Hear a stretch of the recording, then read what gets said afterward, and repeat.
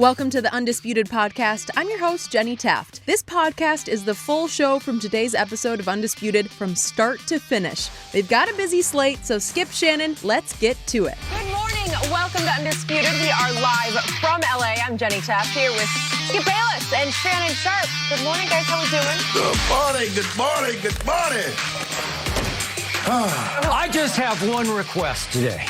Could we please not talk about the Dallas Dunn boys today? Because they are so done. They do not deserve my breath anymore. I don't want to waste my breath on the Dunn boys anymore. No, that's your team. They've been your team too long. Yeah, too long. Oh, what a beautiful feeling to be atop the NFC East. Yeah. But maybe we should talk about the NFC South or the NFC in general that's now owned by this guy named Brady. Thank you. Yeah. Shannon, please listen up. Actually, all of you Tom Brady haters out there, listen to this. Tom Brady had another week of impressive play as the Buccaneers had no problem against the Raiders in a 45-20 win. Brady threw for 369 yards, 4 touchdowns, and had a 5th touchdown on the ground. Brady now has the all-time record for most career passing touchdowns, passing Drew Brees by 1 with the performance. The Patriots, meanwhile, could have used Brady's play at quarterback in their 33-6 loss at home. Cam Newton threw for only 98 yards and was benched after his 3rd interception of the day. It was the worst home loss in Bill Belichick's coaching tenure, guys. So, Shannon, how much will the Patriots regret losing Tom Brady? It all depends on what do you mean by Patriots. Do you mean Patriots fans or Coach Belichick? Because I can assure you Coach Belichick has no regret whatsoever. That's just the way he's wired, Skip. He understands that when you make moves like this, there's a chance that that move comes back to bite you. He had to know, even though he thought he could go on and move forward without Tom, he had to know there would be growing pains. He had no idea that Cam Newton was going to be available when he made his decision. He based his decision on, I guess, maybe use analytics, but I don't think Coach Belichick is much an analytics. It's his gut feel. And Coach Belichick has been in the NFL for 40 years, and he says, I would rather move on a year too early as opposed to a year too late. And so he just felt that the best time to make this move was now. Yesterday, Tom Brady threw the ball better than I had seen him throw the ball in a year and a half, maybe even 2 years. He was in complete command. And the thing that I loved about what he did yesterday, every time the Raiders made a mistake, he made them pay the ultimate price. And that's what the really good ones do. Skip, when Aaron Rodgers makes you jump offside, he's just not trying to throw a little quick out. He's trying to get the ball over your head and get a touchdown. Well, you got a 5'9" guy guarding a 6'6" guy? Wait, Okay. how did Aaron Rodgers get in this discussion? No, I'm saying that Tom made the Raiders pay the ultimate price. He catch the guy Lawson, I think it's Lawson, looking in the backfield. He's playing the sticks. Well, they just tried to get in field goal range. Tom Brady said, no, I'm not. Oh, you squatting? I'm going to throw the ball over your head. That's the rule of thumb. Little Scotty Miller. I guess they keep They better stop underestimating these white guys. These white guys that play receiver can actually run. Who can run 4.3. So that was the thing, Skip. I think the Patriots fans, well, all of a sudden they're not Patriots fans anymore, Skip. They're Tom Brady fans. Because when I said it was all about Brady, they're like, no, I've been a Patriot fan since '68. I've been a Patriot fan, Steve Grogan and Matt Cavanaugh, yada, yada, yada. Now all of a sudden, I see all those fans that I used to see with Patriots jersey on, they got 12 Buccaneer jerseys on. So I do believe the fans, of course, it's not going to be the same for them because every year when he was with the Patriots, they were a Super Bowl favorite. Now, that's not going to be the case. So the question was, do the Patriots miss him?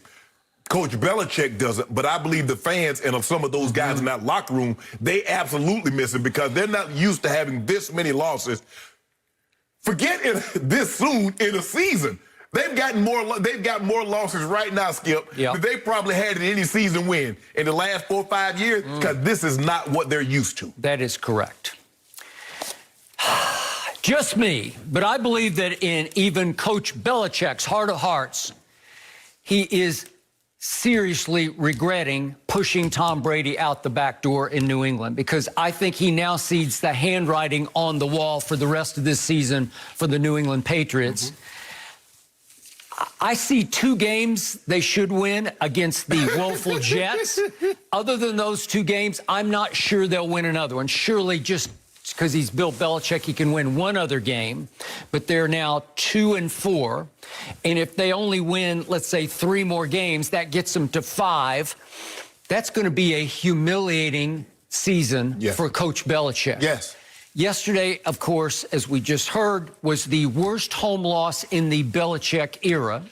And after a sensational start for Cam Newton, I don't know exactly what's happened. We're going to talk to Michael Vick about this in a few minutes. Cam has lost his way.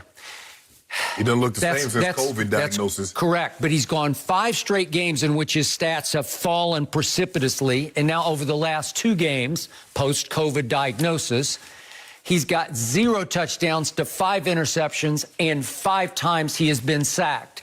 And they had no chance yesterday at home against a quarterback that Belichick basically gave away, and Jimmy G, to Kyle Shanahan and the 49ers for a second-round pick. And I'm not saying Jimmy G is the answer or would have been the answer in New England, but that was injury upon insult, actually, because they had to watch, the Patriot fans had to watch Jimmy G shred them.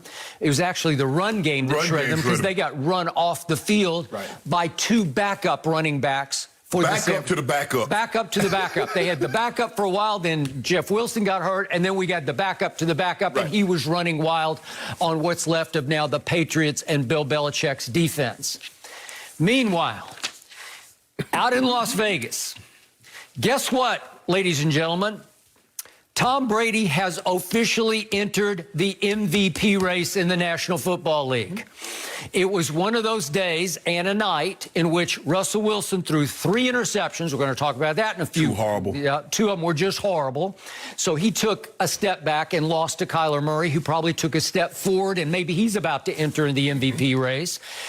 Your man, my homeboy, went to Denver yesterday and played just average football, had a QBR of 53, and they went 0 for 8 on 3rd down, did the Kansas City Chiefs with all those weapons.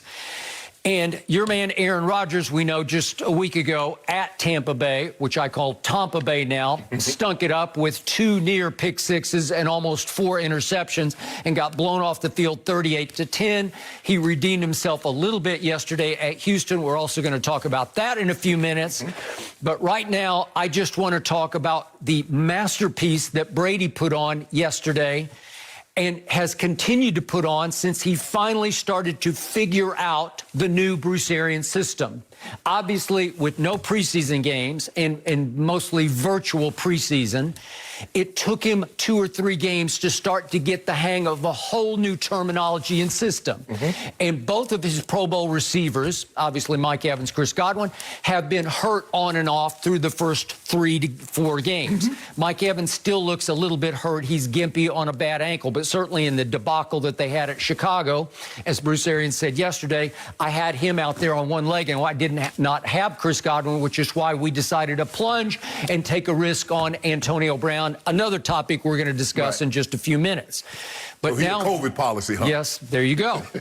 Tom Brady, over his last 5 games, is now 15 touchdowns to 1 interception. Is that good? That's pretty great. And yesterday, all he did was throw 4 touchdown passes, again, to 4 different receivers. And he also had a quarterback sneak touchdown. So that's the first time in his career he's thrown 4 touchdown passes with a rushing touchdown. And the quarterback sneak, again, qualifies Tom Brady as the greatest quarterback sneaker I have ever seen. And it's not even close because he just doesn't miss with the quarterback sneak. And you would think of a guy who's kind of soft and not very mobile, but help me out. Have you ever seen somebody who can pick a hole better and burrow better with more guts and courage than Brady does? He's unbelievable. He is unbelievable. That's his best play, actually, is the quarterback sneak. It is automatic. Because, Skip, I think what you don't realize, because one minute he'll go over the top, and then the next minute he'll burrow to the left, burrow to the right. So it's really hard to get a key on what actually he's going to do. And yesterday, his 4th touchdown pass put him 1 ahead of Drew Brees. They're going to seesaw back and forth all year for the all-time touchdown pass lead. So once again, there are no turnovers. And once again, he's 7 of 12 on third down, 5 of 6 in the red zone. They are starting to cook. They're getting a little healthier at receiver. And yet the defense is rising and shining too, because Devin White is starting to make a case for Defensive Player of the Year. Yeah. Right? Yeah, he's in there, everywhere. He and Myles Garrett. For me, if I had a vote, Myles Garrett probably has a leg up. But I'm just saying, every time I turn on my TV, he just jumps off my screen. Both of them. Levante David, you can't run the screen on him because he's chasing everything down. Yep. So Devin White had 11 tackles and 3 sacks yesterday, and Levante David had 8 tackles and was second on the list. That's hard. It's hard to beat, man. When Brady is that hot and starting to click with, remember that guy Gronkowski? Right. Because I thought that early throw, remember, they fell down 7-0 to Derek Carr. And I'm going to remind everybody that the Raiders were coming off a bye week, and the previous game was at Kansas City, and they outgunned my homeboy 40-32. So they were flying high. So this was pretty high degree of difficulty at Las Vegas. I realize there are no fans in the stands, and that probably hurt the home team. But the point was, the visitors fall behind 7-0, and then Brady takes them on a 77-yard, 10-play drive to tie the score. And the key play is 3rd and 5 at the Las Vegas 44. And if we could see the throw to Gronkowski, this was early, and this is to Gronkowski for 26 yards. That's a rifle shot. Okay, that looked like good old days, and he had to come back in, obviously, and recover his own fumble, which was smart. And they go down and score on the quarterback sneak that we just talked about. And then he comes right back. They're down 10-7. They go 85-8, and he hits Gronkowski for another 26 yards and for the touchdown. So all of a sudden, he is starting to click and cook with Gronkowski. And then if we could see that's the one to Gronkowski. That's the 26-yarder, which was pretty sweet. That'll work. Almost got him killed again, but that's okay. And then that's the little fade route to Gronk. And that's like candy from a baby, you got a 6'5" and a half guy on a 5'9" guy. Yep, okay. And there we go again. And finally, at the end of the half, to your point, he decides, no, I'm not going to sit on a field goal here. And he threw what was called the farthest touchdown pass that he's thrown in 5 yards. The ball traveled about 55 yards in the air. If we could see the one to little Scotty Miller into the corner of the end zone. This is right at the end of the half when you thought, they're just going to sit for a field goal. Nope. That is dropping a dime. That was a big time. You can't throw it any better than that. And if we could hear the commentary of our man Mark Schlereth, who was doing the game for Fox, and then followed by some commentary from Howie Long right after the game about the Brady doubters. Here's the play one more time. 55 yards in the air on the money, and here I don't know why people are so enthused about writing Tom Brady's obituary. He is so on target. I mean, look at this guy spin the football. I will take umbrage with anybody who says that Tom Brady has lost arm talent. People say he's done or he's washed up or he's on the other side of it. I don't get it. Thank you. I've been trying to tell you that for the last, what are we up to, 7 weeks? But here's the thing. I heard none of that after week 1. I didn't hear anybody come out there and says, I take umbrage to Tom Brady's ability to spin the ball. I heard no one say it. After week 1 in New Orleans, I heard no one say that on our network or any one other network. Nobody said what they're saying now. So it's easy to say after a 5 touchdown day, Skip, it's easy to say that. Now, Tom has been unbelievable. I believe, Skip, they have allowed him to incorporate, because this is not BA offense. If you look at Gronk with those over routes, if you look at Scotty Miller with the over route, that's not really what they do. They are a vertical team. But you're seeing, and they didn't run the ball particularly well yesterday, but they ran it well enough that when he faked the ball in Roe Jones or Fournette's belly, those linebackers had to come up, and then you had Miller on the over behind him. You had Gronk on the over behind him. So if you can't get pressure on Skip, if you look at the throw that he threw, you see how clean that pocket was? If you can't pressure these, Skip, they're too good now. The guys are too good. He's too good. He's already historically great. Even at the age of 43, if you do not pressure him like he got pressured against New Orleans, like he got pressured against Chicago, and you let him just have a clean pocket, he'll pick you apart. And most of them will. By the way, we just showed it, but did you see the rollout to Godwin for the touchdown? Now, that's 43 years old. There's nothing you can do about it, because you're not anticipating. We know he can throw the ball from the pocket clean, but he moved. They put him on a move. Yeah. Like, and you know what? I'm not saying, he's glacially slow. Yeah. We get that. But I thought he looked fairly athletic and thrown on the run and threw a dart. That was that, and the throw to Scotty Miller at the end of the half. Those were his two best impressive throws, because we're not used to seeing him throw the ball on the move and throw the ball with that type of velocity. That ball has something on it, Skip. Okay, so to our man Stink, as we call Schlereth, to his point, are you ready to say you were wrong about loss of arm talent? I told you, no loss of velocity. I see the same Brady I've always seen. Well, Skip, I think the thing for me is that it's hard. Well, if I'm just critiquing him like off of yesterday's game when everything is clean, well, see, you understand that if you look at Rodgers yesterday and then look at Rodgers the week before when they had pressure on him, and then look at him yesterday. It's a totally different ball game. These guys have gotten too good now if you don't pressure them. But my point about Brady is that's always been Brady. When the Ravens could get pressure on him in AFC Championship games, even at New England, he had a hard time because they all have a hard time with that kind of pressure. When Denver could get heat on him at Denver in the AFC Championship game, he had a long, hard game. Well, Skip, I think a couple of those throws you and I could make. If there's no one going to be within 5 feet of the guy, I mean, that throw to Scotty Miller, Skip. I'm like, did anybody? No, I'll tell you this. I couldn't have made that one. No, we couldn't have made that. We'd have felt very comfortable knowing that we're not going to get hit. We probably could have dropped it in the bucket like he could. But look at this, Skip. Look at this protection. He had to step up through it. But it's like they rushed 3 and dropped 8. These great quarterbacks, Skip. They're not going to settle for the field goal because the field goal isn't automatic. Guys miss too many field goals. It used to be, Skip, back in the day, 30-yard field goals were gimmies. There are no more gimmies now. So guess what? Through, what are they up to now? 7 games. The 7 games. The Tampa Bay used to be the Buccaneers, have a grand total of 7 turnovers. Through 7 games last year, they had 17 turnovers with Jameis at the controls. And I remain a Jameis fan, big arm. He's a classic no risk it, no biscuit thrower. He's going to try. He's going to throw home runs. Sometimes he will. Sometimes he'll throw it to you. But think of that.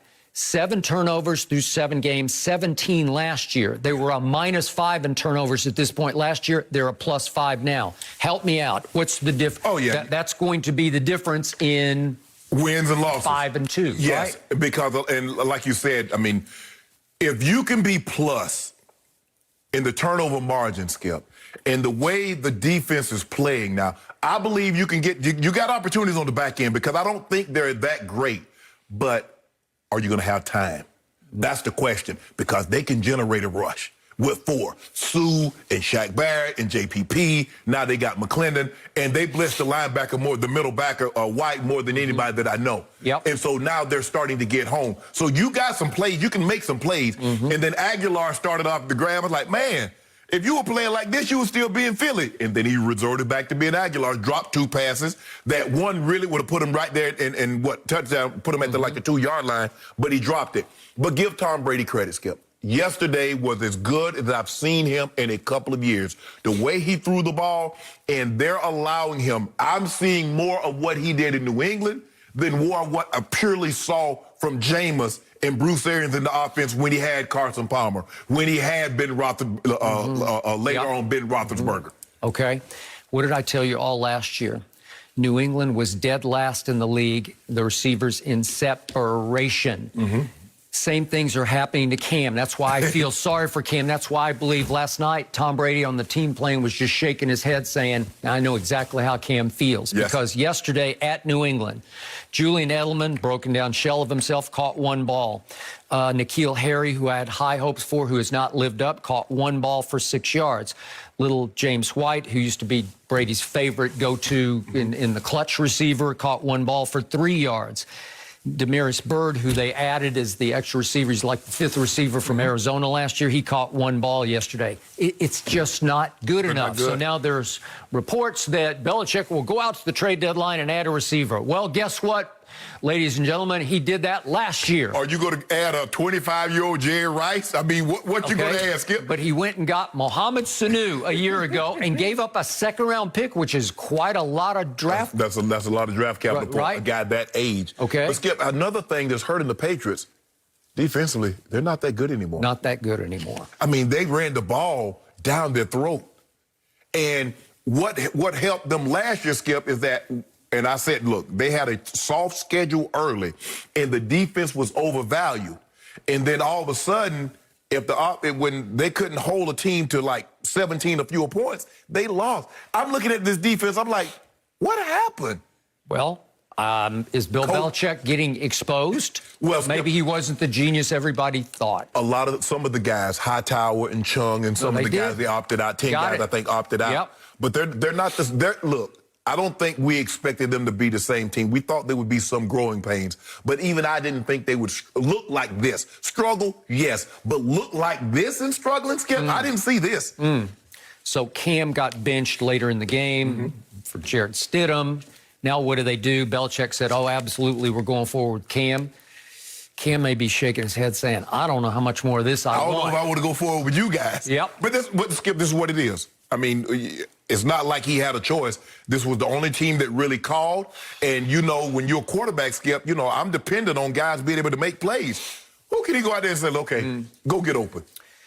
Well, I did pick the Buccaneers to be the best team in the NFC and get to the Super Bowl, and I think right now they're playing at the top of the NFC. They look like the best team. Are you willing to buy that?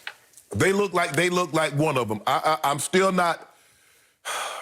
I still think Green Bay is right there. Seattle, but the defense concerns me. And I think with the Saints, you know, what's going to happen with Mike Thomas? Are they going to get Sanders? Because they won a game yesterday without their two top receivers. Did. Highly impressive. So give them credit for that. I do. But I believe it's a 3-4. It's a three-team run. They're right there. All of them are right there. I like the way Tampa Bay is playing. Who y'all got next week? I know you know.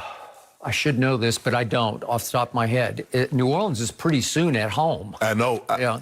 New Orleans play Chicago, then they play y'all. New Orleans plays Chicago next week, and then they play you guys the following week. Got it. Yeah, we got a little case to do coming on that one. Okay. Oh, Drew Brees. I'm ready. Oh, Drew Brees get it back. I'm good with that one. The Bucs do face the Giants next. So who faced the Giants? Hold on. Who faced the Giants? Okay, the Bucs do, Shannon. Oh, man, they need to call that one off. Mercy. Well, the Cowboys weren't able to turn their season around against Washington yesterday, losing 25-3. And to make matters worse, Andy Dalton left the game with a concussion after taking a late hit from linebacker John Bostic. The Cowboys finished with only 114 yards through the air while giving up 6 sacks, and Zeke was contained on the ground rushing for 45 yards. Skip, how do you feel about your Cowboys right now?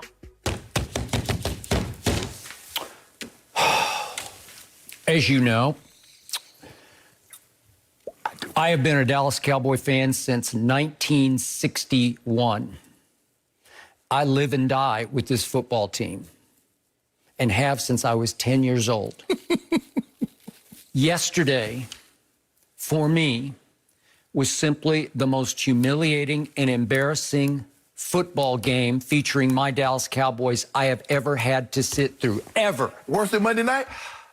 Worse than Monday night, because I remind you, this used to be our arch rival within the division. Correct.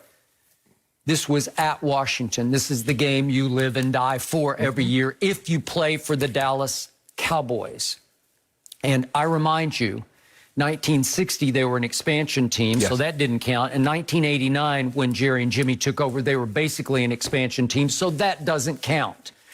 This counted because this defense yesterday featured six players who have made Pro Bowls before, some of them multiple times. This offense yesterday featured 3 Pro Bowlers and 3 receivers, potentially who could go over 1,000 yards receiving. And what I saw against what used to be our arch rival at Washington was a team that came out heartless and gutless and did not even attempt to compete from the opening kickoff to the bitter end. I saw a team that has quit on, as I feared after the Monday night game, has quit on the head coach and on the defensive coordinator. Already? Yes, sir. This team is done. This team will lose at Philadelphia 40-3 because it has quit for the season. I'm not just talking about quitting for a game. It has quit for the season. And yesterday, mid-game, I tweeted this because it occurred to me, I'm shocked that Jerry hasn't done anything about it yet except to defend both the head coach and the new coordinator. What can he do? I'm now convinced that he is secretly hoping that they lose out and he wins the Trevor Lawrence sweepstakes. And I'm not kidding about that. He is just enough of a shrewd operator. He can be dumb but not stupid. Right. Where I think he might sit back and say, we're just rebuilding anyway. I give up this year. Let's play for Trevor Lawrence. Although I'm still not sure Trevor Lawrence is the best quarterback in college because Justin Fields, every time I watch him, I say, wait a second, timeout. But for Jerry, he would be probably playing for Trevor Lawrence. And Gives the BYU look good, too. Well, he does. But the point is, in Jerry's mind, because he's not that big a college football fan, I want Trevor Lawrence. He's 6'5". He looks the part. He knows the name. Yeah, he knows the name. And he could say, then I don't have a Dak problem anymore. We could just cut bait with Dak, and we could go forward with Trevor Lawrence. Little does he know, Dak price is going up, and Dak's not even playing. That is correct. So I want everybody to let this sink in, that yesterday they were playing a team that was ranked dead last in rushing yards. Yeah. Dead last in rushing yards were the former Washington, you know what they used to be, the Washington football team. And I want everybody to understand that a kid named Antonio Gibson had a career-high rushing yards of 82 for a game, and that in the first half yesterday, he had 94 on 11 carries. And if we could see his carry that went 12 yards for a touchdown that made it 9-0, it is so bad that nobody tries to tackle him. That's just heartless, gutless. We have quit. You can run straight ahead. We are done. We are done. Antonio Gibson, they turned him into Jim Brown. I thought he was Adrian Peterson. Yeah, well, there you go. At his best, at his greatest. That's awful, Skip. It was just awful.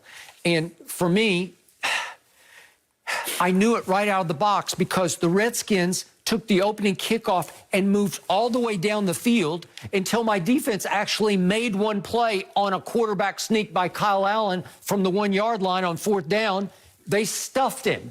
And I thought, oh, well, a sign of life. But then what happened, 3 plays later, Andy Dalton, who was running for his life the whole game because obviously the whole offensive line is backups except for the one weakest link.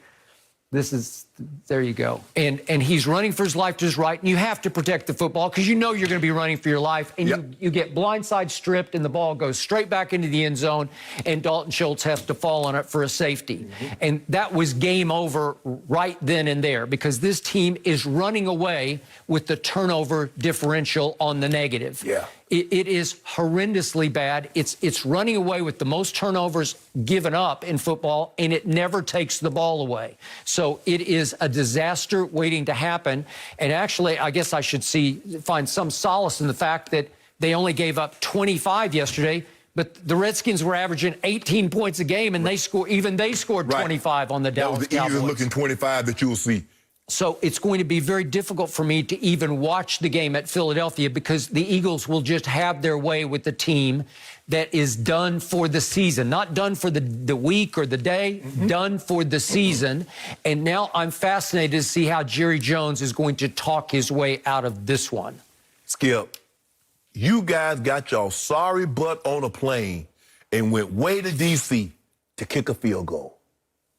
And you telling me that's what y'all did? The Dallas Cowboys are America's team. Everybody loves to watch them, and we won 5 Super Bowls. That's what y'all did, Skip. And remember, my man CeeDee Lamb and my man Michael Gallup caught exactly 0. They had the same amount of catches that you and I had. That is correct. We were on our couch watching them sorry raps. Correct. Skip, let me ask you this. What does your team, what do you do really well? Offense, defense, special teams, what do you do well? Nothing. Your offense can't protect, you can't run, You don't do anything. Defensively, you're terrible. Even now, you got my guy, John Foster. You got to make it seem like he don't even know special team. Because you don't even really do that well. Agreed. Skip, this is the 6th straight game in which you've trailed by at least 14 points. We blame Jason Garrett. By the way, to your point, it's 7 straight games in which we have failed to lead early. We've given up the lead early. It was 7-0 to the Rams. And then the last 6 games, we have fallen woefully, hopelessly behind. By at least 14. Yeah, correct.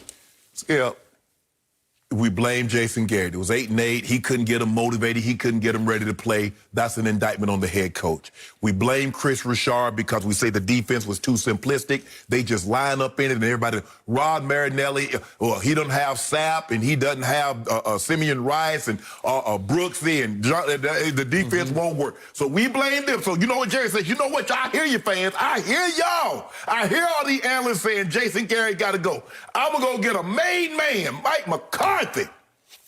You do all you do, because they had him over at his house. Remember, they had him at his house. And Jerry Jones Jr. said, Dad, what are you waiting on? You already wrote this, man. What are you waiting on? We don't need to interview anybody else. We don't need to. We got our guy. That's the guy we wanted. We identified him. We got him. Skip, you keep telling me you Cowboys got these Pro Bowlers. Don Terry Poe, it's 2020 now. Don Terry Poe last made the Pro Bowl in 2014. Everson Griffin made the Pro Bowl last year, but somehow he was still available in August. Alden Smith last made the Pro Bowl in 2012. It is now, remember, he was out of the league for 5 years. Jalen Smith and D-Law. Now, you tell me, Skip, since D-Law got that money, he's played anything close to what he did the previous 2 years before he got that money. I see little blips and flashes, but that's all. Nothing consistent. Okay, what about Jalen Smith? Nope. I see him often out of position. I see him getting beaten. I saw him yesterday trying to cover Logan Thomas, the tight end, and he just face guards him and then walks away clapping like, I did it. I did it. No, you drew a flag. You do realize Logan Thomas was a quarterback, Skip. Yeah, he was the quarterback at Virginia Tech. They moved him to tight end. But, Skip, I got a couple of... Look at this. Jalen, on a play like this here, you just got to get him down. It's not about trying to break the ball up. Because you're already late. Now just get him on the ground. You have to understand, you're ISO, you're by yourself. That's it. If you miss this tackle, Skip, that's what's going to happen. Yep. He's going to walk into the end zone. Skip, this was embarrassing. You showed the play on the touchdown run by Gibson. Skip, we can make this all about Mike Nolan all we want to. But, Skip, how do you not have somebody in the A gap? And then he's like, okay, I can run straight ahead, or if I really wanted to, I can hit a hard right and go to the B gap. Skip, look at this. Nobody touches him. Look at this. He can go 1, 2. He can go anywhere he wants to. Look how much grass that is. What is this? Come on, Cowboys. Now, y'all make it about, this scheme ain't nobody teaching. It's hard for me to see a scenario, Skip, where a guy says, look, I don't want the A gap covered, but we're going to cover the B and the C gaps. Skip, this is pathetic. This is embarrassing. And let me tell you how embarrassing it got. They knocked your quarterback helmet off and everybody looking around like, ain't nobody shove, nobody Skip, ain't nobody do nothing. Let somebody do that to any other quarterback. A lineman gonna get tall, Skip. You got to go shove somebody. You got to say, this is unacceptable. They looking around. Talking about, well, we didn't want to get tossed because it was... What you mean? You had already gotten tossed. You had already stopped playing. So what? You might as well just go in and call and get your shower. At least you can be out the way. You don't have to share the shower and the soap with anybody. You could have been unshowered and dressed by the time they get into the locker room. You can't let somebody hit your quarterback like that and you don't do absolutely nothing. Skip, it's pathetic. Okay, this is the only point of contention I have with everything you just said. The only reason, this is the one play on which I will not criticize my Cowboys yesterday, because Mike McCarthy used this after the game to draw attention away from the debacle, the disaster that was this whole game. And he's saying, he's trying to criticize the team. We got to fight back. We got to have our quarterbacks back. Okay, let's analyze what just happened on this play. First of all, you have to understand that 4 Pro Bowl starters are gone. So remember, Ty Smith and the center Travis Frederick and Zach Martin and Lyle Collins are all gone. So you have backups at every spot. You have Cam Irving, who has not even been with the team, was with Kansas City, started 8 games for the Chiefs last year. He had his first start because he has been ill or hurt the whole year. So he doesn't even know this team very well. So he's at left tackle. And then you have 2 rookies. You have a rookie at center and a rookie at right tackle. And you have the weakest link from the from the offensive line last year, Connor Williams, and then you have Connor McGovern, who's starting only his 2nd game as a 2nd-year player at right guard. Okay, they're lost. They don't know who they are. They're just trying to survive because they are getting their helmets handed to them by the Redskins. So Andy Dalton takes such a shot that it looks like he is seriously hurt. It looks like he's going to be knocked out because his helmet flies off. And if you could see in the video, the truth is, 3 of the young linemen go to see if he's okay. That's the first order, but you see all 4 of them. Everybody's going to see, are you okay? Well, the refs jump in and immediately eject Bostic. So I don't know how you can go fight Bostic when they have thrown him out of the game. No, you just go shove him in the back. Okay, I got it. But you don't even know each other, and you have a new quarterback in Andy Dalton. This is the least of my problems, that you don't go try to fight the Redskins, because remember, you have no backups behind the backups. No, Skip, I'm not going to fight him. I'm just going to go shove him in his back. I don't need, look, if you got on my uniform, I don't need to know you to the umpteenth. We don't need to have broken bread, going to a movie. I know your wife, you know my kids. I don't need to know any of that. All I need to know, you're on my team, and somebody took a cheap shot on you, so I got to take a cheap shot on them. Okay, obviously, under any other circumstance, I'm 1,000% with you, except under this circumstance, it happens in the 3rd quarter when it's clear the whole team has already quit. So it's hard for me to criticize an incident when the whole team has just waved the flag. You know, like, we're done. We're out. So they all know that there's no reason to fight back because they're not fighting back on the field at all. Well, Skip, now you're going to have people just taking shots at your quarterback and you knowing you're not going to do anything about it. They're done. They're done for the year, and it was already done at halftime. They were woefully, they were out of the game at halftime. So my point is, under any other circumstance with any other good team, everybody wants to fight. The receivers want to fight. The tight end wants to fight. They would all have Andy Dalton's back. But in this case, they're all lost already. They're going up to see, are you okay? Because it looks like he's going to go out on a stretcher. Skip, think about this. Look at Tampa and Chicago. Now, the guy does something cheap to one of the receivers. The center runs way down the field and headbutts the guy. He did? Now, because he did something. Can you imagine what they would have done if Tom Brady going into a slide and somebody jumps on him, or any quarterback? But usually when the quarterback gets cheap-shotted, he's jumping up angry himself because he's okay. No, he ain't jumping up from that. Okay, that's what I'm saying. Your first order of business is, are you going to make it? Because your helmet gets knocked off and you hit your head on the turf so hard, it looks like you're out cold. So all 5 linemen are going to him, are you okay? And by the time they gather their senses, and they're all new to this, Bostic has been told to leave the field immediately by the referees. You're out. You got to hit him in the back. One of them linemen coming around, like he's standing around the pile. You got to get him.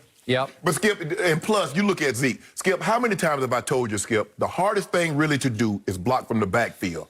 Now, I've been telling Zeke, I said, Zeke, you better shorten that distance because that guy's coming with bad intentions. And if you just sit there, he's going to sit you on your butt. Now, you watch what Zeke did, and McKissick had a very similar play. He had Jalen Smith blitzing. He steps up, takes on Jalen Smith. He did. Kyle Allen steps out the backside. He did. Now, look at Zeke. Zeke, now I told you, you better close that distance. Zeke, don't stand flat-footed. Go meet him. You don't meet him, he meets your quarterback. Look at McKissick. Look at when he steps up to Jalen Smith, Skip. No, he did. That's the difference. It's not that complicated. I don't know what y'all watching or what you're teaching, but it's hard blocking from the backfield. Take it from a guy early in my career, Skip. Dan Reeves had me blocking from the backfield. And Skip, guys would run me over in practice, and he'd see I'm getting frustrated. I was like, Coach, how you expect me to block that guy weigh 250, I'm 210? He said, Shannon, shorten the distance, give him a one-way go. You see him coming in the A-gap, go meet him. Okay. Yeah, I told you on Friday that the Redskins, I keep calling the Redskins, I can't help myself because I grew up with this. The football team will blitz my team. And you said, no, they don't need to blitz because they got that front door. Well, guess what happened on the first strip sack? Landon Collins comes flying from the backside, and Andy Dalton does not see him until it's too late, and the ball is loose, and it goes in the end zone for a safety. Skip, you and so they did blitz. We and I both forgot, though. I forgot that Jack Del Rio was the DC. See, that's... Jack, I got it. When you got... Think about it. They littered with first rounder. Everybody on the defensive line is a first rounder. They got Payne, they got Allen, they got Young, they got Kerrigan, got that Sweat. All them are first rounders. And yet, guess who the star of the show was yesterday? We turned somebody named Cole Holcomb, the linebacker, into Lawrence Taylor. Yes. He was everywhere yesterday, right? It's good luck. Because what's the strength of the Eagles' defense, Skip? Defensive line. You got that right. Good luck with Fletcher Cox and Graham and those guys. They're going to eat all day. Well, the Cowboys may be done. It's going to be a long season for you guys. But the Bucs, you know, they're actually getting stronger on offense. The Buccaneers are giving Tom Brady another weapon by signing Antonio Brown. Bruce Arians said that he believes the receiver has matured and deserves a second chance in the league. Arians also told reporters, quote, Tom didn't have anything to do with it. Arians said it was team injuries that led to Tampa signing the receiver. So, Shannon, do you believe that Brady had nothing to do with this? No, absolutely not. Because Brady made it abundantly clear that he wanted him. They have built up a relationship, Skip, from the time for the week and a half that they had in New England. And so Brady had grown, become very infatuated. And likewise, Antonio Brown talked about, I don't want to play with any other quarterback other than Tom Brady. Now, at the beginning of the year, they asked Coach BA why wasn't he going to sign him. He said, we don't need him. He said, we don't have enough, we don't need him in the room. Bad fit. All of a sudden now, and Skip, I get it. Because anytime you make a move like this, the thing of head coach and general managers, they don't want it to seem like a player is actually calling the shots or running the team. That's with anything. But you and I both know. Defensive guy, okay, I get that. But you're not bringing an offensive skill position guy if that quarterback doesn't sign off on it. Not a quarterback of that ilk. Now, Skip, you're talking about, you're talking about Drew Lock. Hell, you bringing in him, hell, they'll sign me or you if they want to. They don't care nothing about him. But when you talk about a guy like Tom Brady or a guy like Mahomes or one of these guys like that, you bring in somebody at this time of the year, oh, yeah, absolutely Brady greenlit this. And that's okay. I don't have a problem with it. What you do is that, Skip, you load up. You say, okay, Brady signed a 2-year deal. I'm shifting all my chips to the center of the table for the next 2 years. And if that means if I need to go get another tight ends available, just like Gronk. Skip, Gronk was retired. How the hell you knew he was going to unretire? Unless Brady told you. And then how'd you know he available unless you call the Patriots? So it's okay. I got no problem with it. So I don't want people to think, oh, you upset. No, I'm not upset. But everybody knows that Antonio Brown is coming into that locker room because number 12 wanted him there, and he signed off on it. Yep. But I also agree with what B.A. said. B.A. says, hey, be a team player or be gone. It's as simple as that. Maybe it is a COVID insurance policy, Skip. Mike Evans has been limping on one leg, but Mike Evans is getting really frustrated. Because, Skip, you look at his numbers, they're down across the board. And you don't put up the numbers that he's put up and become a top receiver to all of a sudden to fall back into the pack. So, got no problem with it, but absolutely Tom Brady earmarked this one. Right move or wrong move?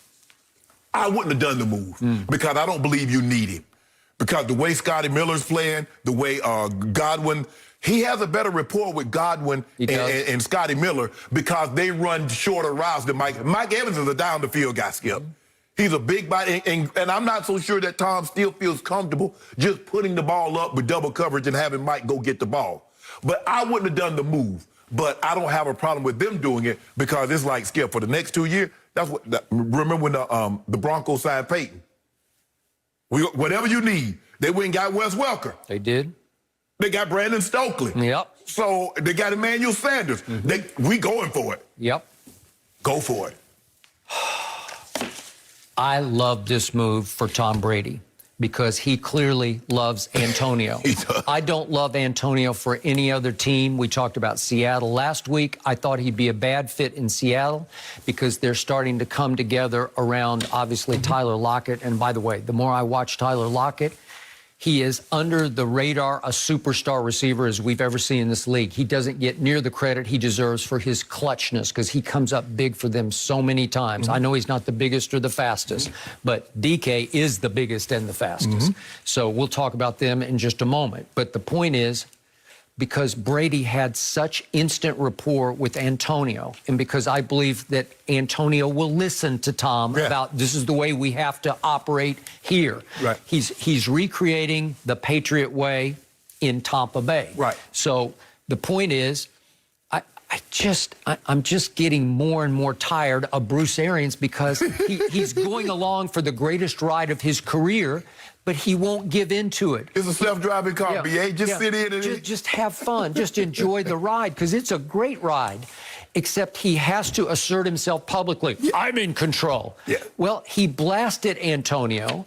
He said, you know, they went back and forth, and then even AB blasted him in a tweet and said, I'm a diva. And he said, well, he's the one who wears kangaroo hats and sunglasses, right? And BA Kango. Kango hat. I'm sorry, kangaroo hat.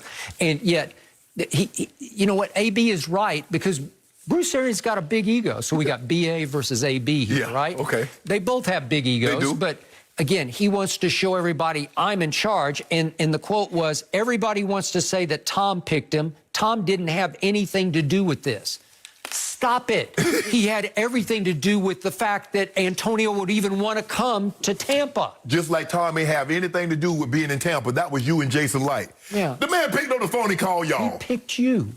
And again, Antonio said he tweeted constantly, I want to play with 12. He made it abundantly clear, I don't want to play with anybody else but Tom. But that guy. Right. And he took far less, he took like minimum wage to go play for Tampa Bay just to sort of reinstate himself and play for a contract next year. Right. Okay. Do I love the fit of him within the weapons? Well, if you told me everybody's going to be healthy, it could start to become a problem. Yes. But they haven't all been healthy because Chris Godwin badly pulled his hamstring and missed 3 games. He did. And Mike Evans still can't get healthy, limping on that one leg. And as Aaron said, at Chicago that night, we only had 1 Pro Bowl receiver, and he was on 1 leg. Yeah, it's probably a situation where Mike Evans probably not even practicing, Skip. And it's hard if Brady had been with him for like 3 or 4 years, the rapport would already be there. But because he's just coming in, he doesn't have that rapport with Mike Evans like he should have with the number 1 receiver because that ankle, as bad as they're saying, he's not practicing during the week. He's just playing on Sunday. And Scotty Miller is a late-round draft pick out of Bowling Green, and at Chicago, he was beat up to the point that he had a shoulder and a groin injury. Brady threw him no balls at Chicago. He played much of the game and couldn't get open, I guess, because he didn't throw him 1 ball. Well, then yesterday, all of a sudden, it was Scotty Miller day. Well, my point is, Scotty's going to lose a lot of reps to Antonio because Antonio is going to become the slot receiver, right? And the thing is, and the one thing that we know about Tom Brady is that he's always had great rapport with slot receivers. It goes back to Troy Brown. You go Wes Welker, you go Edelman, you go Amendola, and not Scotty Miller. So he feels very comfortable throwing to the slot receiver and the tight ends. That goes way, way back. That's in him. Now, yeah, we've seen him push the ball down the field when he had Randy. But more times than not, Wes Welker was leading the team in receiving. Edelman was leading the team in receiving. So was Troy Brown. So we're not surprised that Scotty Miller is the guy that Brady feels most comfortable throwing the ball to. And so for me, Skip, considering that they're starting to go here, I don't believe I would have done it, but they said it's an insurance policy just in case, someone else gets nicked. It's all being reported that Brady had Tony Robbins speak to AB. Did. So that just goes to show you, Skip, that shows the man does care about, obviously, you can help me win some ball games, but for me, I wouldn't have done it. Do I believe AB has paid his debt to the NFL? Sure. If you said it's hard for me to see, I'm like, how are you suspended and you're not even on the team? I thought you had to be on the team before you could start serving suspension. But hey, they worked it how they worked it out. I'm cool with it. Now he's going to have to, still has a day in court. He does. And then maybe he still has 2 sexual assault allegations hanging over him. Right. So the question is, can he make it to the field now? Okay, he's on a team, but can he make it to the field, the actual Sunday or Monday or whenever they play? Can he do that? Yep. So we saw him flame out in Pittsburgh, and then we saw him really flame out on Hard Knocks in Oakland. Could he wreck this team? Sure he could. Is he me first? No doubt. You've been hard on him on the show, and you've been right about it. You haven't even been hard enough on him. Right. But because of his connection to Brady and because he knows this is my last shot this is last to stop. Get back. This is last stop you. Right? Okay. I'm going to say I'm good with this because when he is right, he is really right. Oh, yeah. I still think he's at least a top 10, if not a top 5 receiver, and I'm going to bet that he hasn't lost a step in this time. The only reason that this is possible is because the immense talent that he possesses. Anybody else, this is not even possible. But because of he's AB, and you look at the 5 or 6 straight 100-catch seasons and what he's been able to do, the 4-time first-team All-Pro, and he's been dynamic.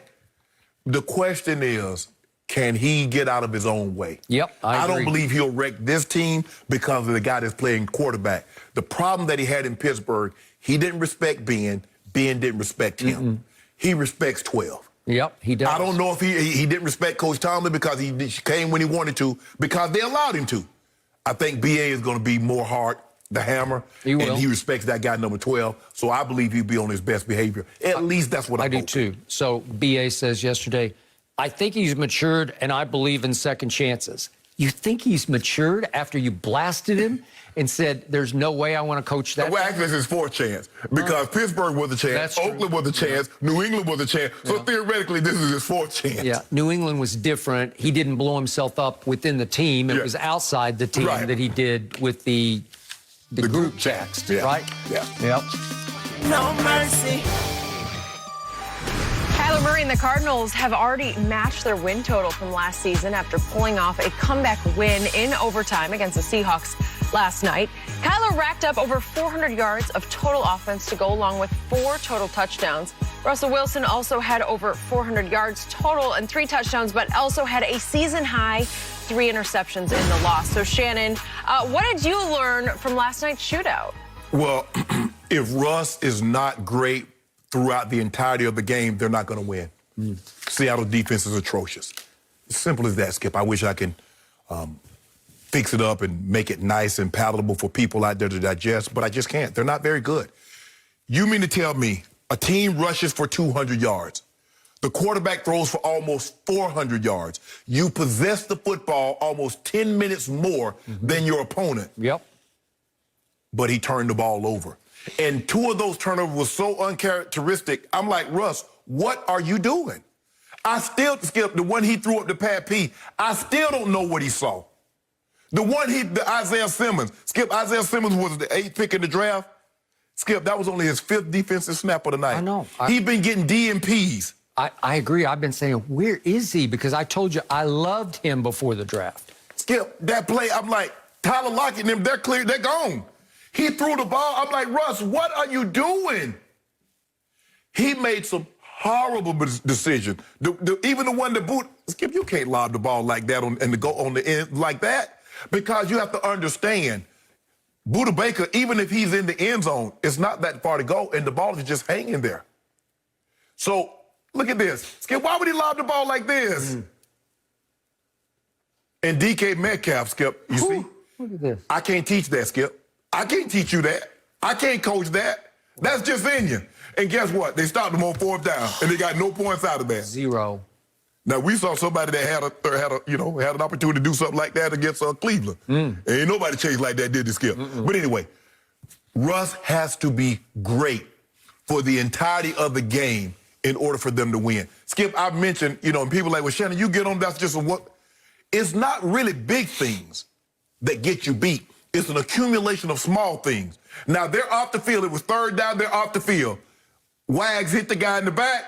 Unnecessary roughness, 15 yards. They go down and get a touchdown. You got them kicking a field goal. What did the guy do? He leveraged himself. You can't jump a guy. That was huge. They go down and get a touchdown. It's things like that. It's small things that lead to big things that get you beat. That's why coaches are so critical. They harp on it. Son, you can't do that because guess what? In the moments that you can least have it, you do things like this, and it goes directly to you losing the ball game. Give Arizona credit, Skip. Kyler made plays when he had to. The defense, Vance Joseph called a great game with the blitzes, but it just goes to show you when your starters get hurt, Dallas, the running back. Now, I don't know what you do while you're in meetings, but I can assure you, your running back coach told you you can't cut on a 7-step drop. He tried to cut the DB. He missed him. The guy hits Russ, throws the ball away. They got 2 guys in the A gap. The line is sliding to the left. The first one is yours. He run past the guy. The line is picking up, and the guy hits Russ and sacks him. Son, pay attention. Even if you're not getting reps in practice, pay attention because you never know when someone's going to go down and your butt going to get in the game. True enough. So, my biggest takeaway from last night's game, which, by the way, was a joy to watch from start to finish, it was a great shootout between 2 gifted quarterbacks, one who's becoming the other one. Almost a mirror. Yeah. It's like they're looking at each other in the mirror. That is correct. My biggest takeaway was, in just his 2nd season in the National Football League, Kyler Murray has already launched himself at least into the MVP discussion. I told you before the year started, I'm picking Arizona to be a wild card team because I thought Kyler could take that Mahomes leap in the 2nd season that Mahomes took under Andy Reid, obviously, in Kansas City. And Lamar. That's a good one. And I believe he is taking that leap. What I love about Kyler Murray has been that he won in high school. He went 42-0 and won 3 Texas state championships. Not easy to do. He was a winner in college at Oklahoma, in which he lifted that team into the national semifinal against St. Nick's defense, Nick Saban, Alabama, and put up 417 combined yards on them without his best receiver, Hollywood Brown, in that game. And last year as a rookie, twice against San Francisco and twice against Seattle, he played his best football. It just showed you he rises and he shines against the best teams. And they beat Seattle late in the year last year at Seattle. And don't think he went into this game underconfident because he was very confident from the start. And yet, to your point, DK Metcalf has to be pound for pound the fastest man in the league. And I'm talking about pound for pound because I think he weighs like 240 to be able to run like that. We have never seen that before, right? He's basically Calvin Johnson. That's what he is. He's Calvin. They're about the same size. I think they're about the same height, weigh the same. I think Calvin weighed 238 coming out. I think Metcalf is 240. Possible he's a touch faster than Calvin? It's close. Yeah, it's close. Okay. I think they both ran like 4.37. Is he Ruggs? Because Ruggs is so much smaller? Probably not. No. He couldn't beat Ruggs for 40 yards. But the effort that is required there, the desire, the want to, the guts to just say, I will not give this up. You want to talk about a chase down? That's a chase down. And Buda Baker, it's not like Buda Baker's a defensive lineman, Skip. He can run. He can run. He's pretty fast. This guy is very fast. But you know what, Skip? We probably need to throw Buda Baker's name into that Defensive Player of the Year. I would agree with that. I am with you. Yet, to your point, not only does he chase him down and stop him, but they go 4 downs and can't get it in the end zone. And usually when that happens, you're probably going to lose. And usually when your kicker, Zane Gonzalez, misses the winning field goal in overtime, usually you're going to lose the game. But why would you kick it on 2nd down with 2.5 minutes to go? I don't have any problem with that. Just go ahead and do it. Like, get it over. Really? Yeah, because that's a Jimmy Johnson special. I learned that under Jimmy.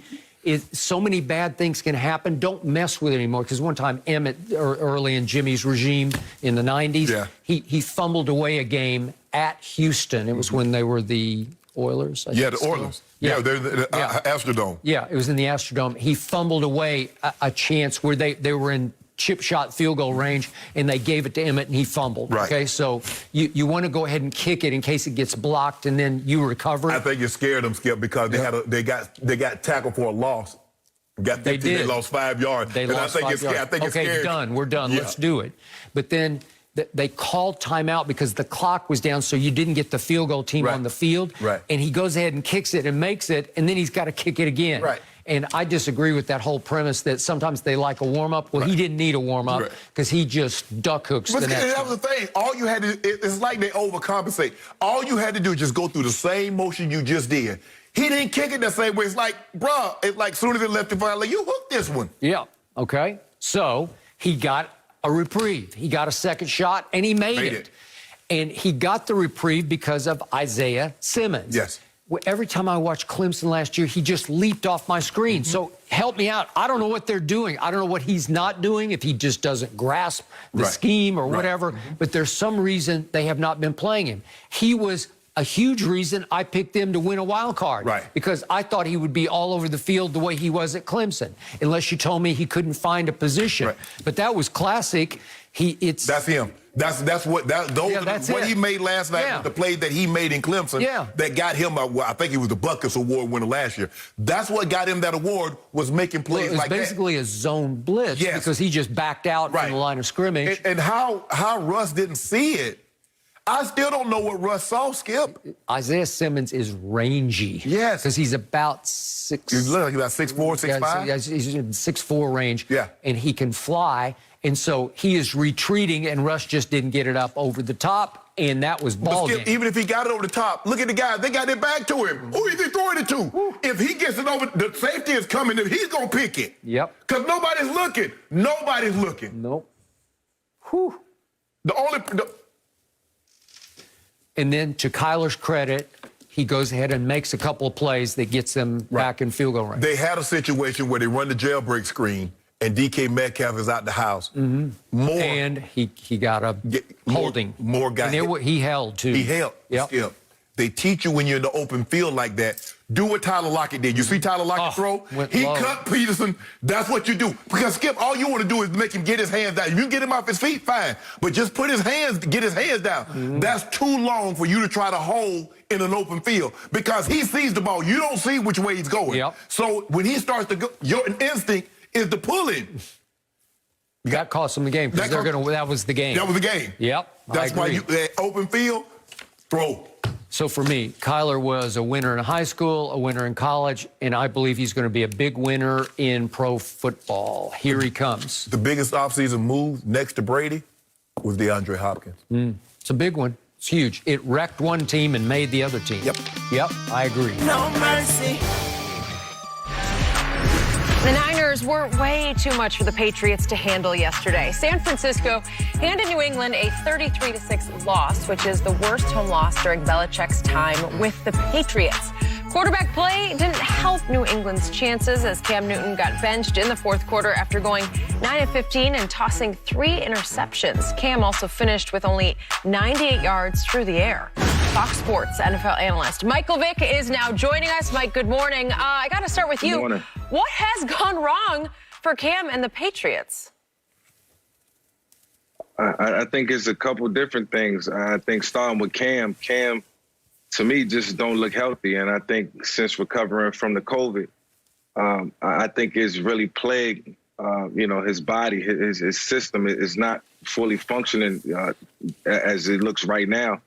And, Cam has always been a guy known to bring the energy, known to bring, life into the team. And, when you got guys looking at Cam and he's not looking, up to par, Cam's looking, kind of like lost and out of it, then they start to get worried in terms of what's going on as well. So, I think starting with Cam, and his energy not being there, that's taking an effect on this team. And then you look around and you just don't see any offensive weapons. I mean, we try to put it on Cam. We expect Cam to play hero and play Superman, but you look around and the talent around him is just not there as well. So, I've been looking for the guys that can possibly step up. N'Keal Harry, Demir Bird, who's going to step up and help Cam out. The running game is not sustainable right now. They can't finish drives.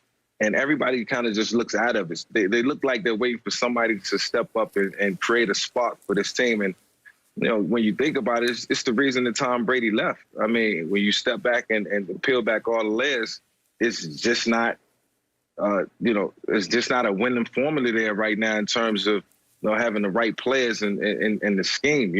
Early in the season, the scheme was there and they was moving the ball and making plays, but I think it died out. And what defensive coordinators do, they go at the things that you do well and the things that you do best, and they've taken that away.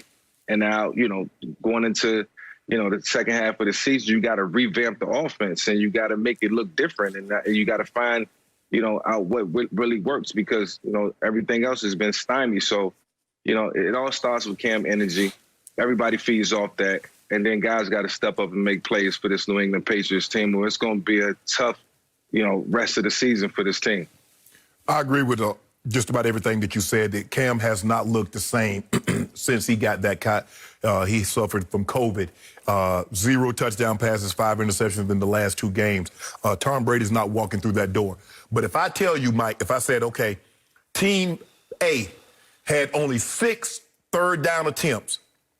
Team A also lost the time of possession battle by over 17 minutes, and they turned the ball over 3 times. You were like, they got blown out. And that's exactly what happened. Yeah. The only reason that it wasn't worse is that Jimmy G was turning it right back over to them. 2 interceptions, yep. So had Jimmy G not turned it over, you're probably talking about a 50-to-something ball game, Skip. Mm-hmm. And you say everybody's looking around for somebody to make a play. They don't have anybody. They have to scheme. They got to pick, they got to rub, they got to hide, they got to throw over here, and then you got to run down the field, and then he go throw it over there. They don't have anybody that can say, okay, son, just go get open. They don't have anybody like that. They haven't had someone like that in a very long time. All they do by New England looking like they're looking currently, Tom Brady, if you could imagine, Tom Brady is bigger than Mount Everest. Because they say, hold on, Tom, you was going to Super Bowl with that? You won 12 games with that? Skip just told me they're going to be lucky to win 5 or 6 games. And Tom Brady with that same... Total. Yeah. Tom Brady won 12 games with that team, with that same offense. That same offense last year. Man, they look bad. They look really, really, really bad. And Tom, I don't know why you was kicking and screaming. I don't even know why you had a conversation with Mr. Kraft. You knew what was in that locker room. And the fact that you still wanted to go back shows just how loyal you were to Mr. Kraft. But you made absolutely the right decision, because this team is bad. Julian Edelman, Skip, I understand that no offseason and you didn't get a chance to work or anything like that, but he and Cam really have no rapport. I mean, on the interception, it was like Cam was expecting him to stay there, and then he stayed there, and then he took off again, and then, bloop.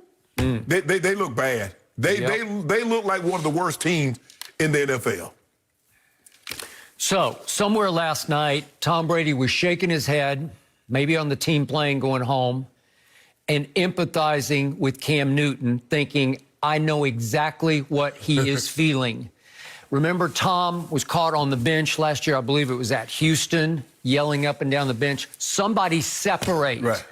Pro Football Focus ranked the Patriot receivers last year dead last in separation. Nobody can get open because they're just not very good. And once Julian Edelman hit the physical wall, where he just became this broken down, beat up shell of himself, then he was your go-to. And remember, he led the league in drops last year to Julian Edelman. Well, they're ranked behind Alabama and Ohio State receivers in separation this year. That is correct. 35th. Oh, you'd make that in a heartbeat, especially the Alabama receivers. Yeah. Lord have mercy. So, to your point, Michael, about COVID, they said Cam was asymptomatic, but he just doesn't look right. Doesn't. He looks like he lost his spark, because he said last night after the game, I'm just not being me. Well, he's not. Because he was a joy to watch. He took over the franchise for about 3 weeks. And it was like happy days are here again. And that night at Seattle, Cam Newton played a spectacular game. Did. Remember that? He did. Threw for 300 plus, and it comes to down to the last play of the game, and they kind of guessed wrong on what they called, and Cam said, I should have bounced it. Remember that? Right. Yep. Well, you came within that of beating Seattle at Seattle, right? Yep. And now this. Well, slowly but surely, you just get exposed because your receivers get exposed. Right. They can't. Yesterday, he threw 6 balls. The most targets went to Jacoby Myers. He's a second-year kid, undrafted out of North Carolina State. What do you think's going to happen? He was a quarterback, too, I think. Yeah, okay.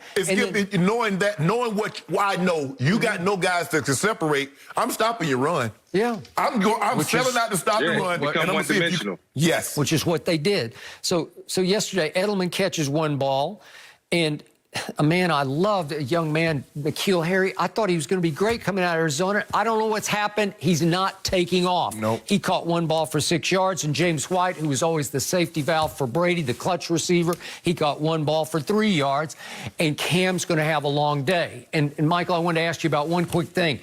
Cam used to have a bad habit in his first couple of years where as he throws, he would duck his head down. Yeah. Watch him now. It's come back. It's like he's throwing and he just ducks hard left and puts his chin down to his chest. It's a bad habit he needs to get out of because it pulls his throws a little bit off target.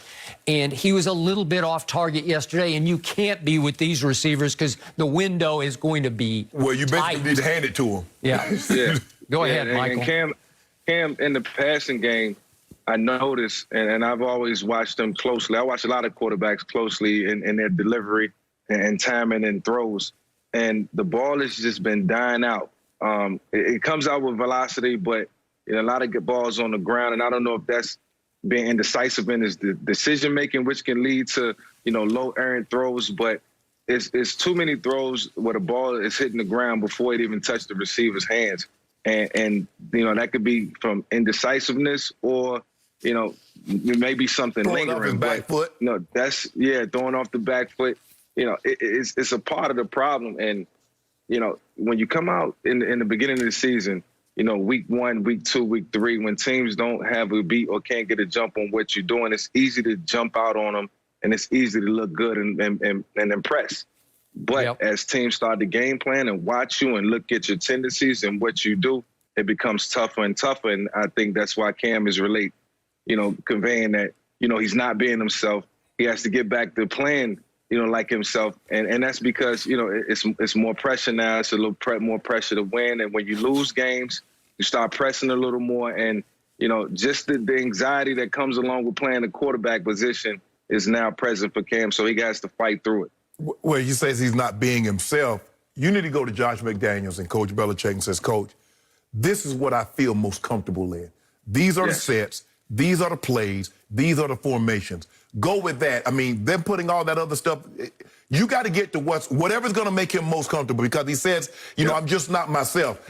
Well, in order for them to have a chance, Cam needs to be his own self. And the defense is going to have to play better. I don't even recognize this defense, Skip.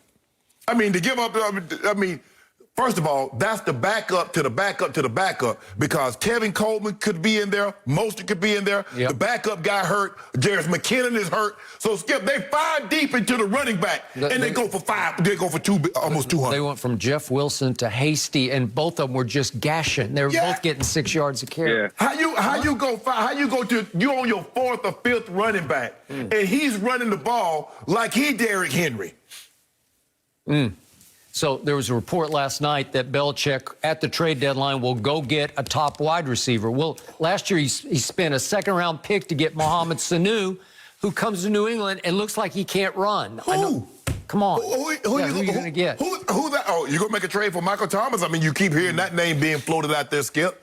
But I don't know who they can get that can change this around at this juncture. Basically, you got to strip this down. Shannon hit it on the head. I think Shannon hit it on the head. It's more so about scheme now and not personnel. It's how can you outsmart and play chess and win the chess match against the defense now. It's no longer about, the personnel. It's about just putting guys in the right position to succeed. And it's easier said than done, but something has to happen in terms of how they, go at the defense. Yeah, and remember, the greater Brady plays in Tampa, the greater the pressure on Cam to fill those cleats in New England. That's hard, man. Hell, Skip, he watching Teddy B in Carolina, where he just left. So he getting it on both ends. Teddy B lighted it up one place, Tom lighted it up in another place, and he stuck with this. He's like, all y'all got better what did I got?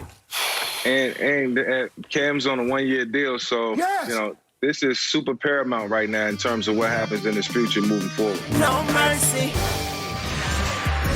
Tom Brady continues to get comfortable with his new team. The 43-year-old quarterback had 4 passing touchdowns and tacked on an additional rushing TD in the Buccaneers' 45-20 win over the Raiders yesterday. And now Antonio Brown will be added to the roster to give Brady even more options to throw to. Michael Vick still with us this morning. Michael, will Antonio Brown make the Bucs a Super Bowl team? Absolutely. This team is now one of the favorites to win the Super Bowl because I felt that way before AB signed. And now since AB signed, I think they're definitely the Super Bowl favorites. When you look at the Tampa Bay Buccaneers right now, this team offensively and somewhat defensively is equivalent to the Kansas City Chiefs when you look at, the overall big picture. I mean, they got the tight end, they got the receivers, they got the running backs, multiple running backs, and multiple guys at every position. And now you add AB. Who are you going to guard? Gronk is now emerging. I think he's a big reason why the offense has been able to really get going in terms of the way we thought they would look over the last 2 weeks. And then, you bring in Antonio, you're going to go double Mike Evans, you're going to double Godwin. It's just a plethora of guys right now who can make plays. And then, AB, the things that he can do, he's a future Hall of Famer. AB's going to make everybody in that locker room 10 times better and work 10 times harder. And him and Tom Brady has a great relationship. They had a good rapport last year in New England before Antonio left. And he had caught maybe 1 or 2 touchdowns and looked productive playing with Tom Brady. So just add more offensive weapons. It's a treat for Tom Brady. At 43, the GOAT just got more weapons, and he's going to be even better.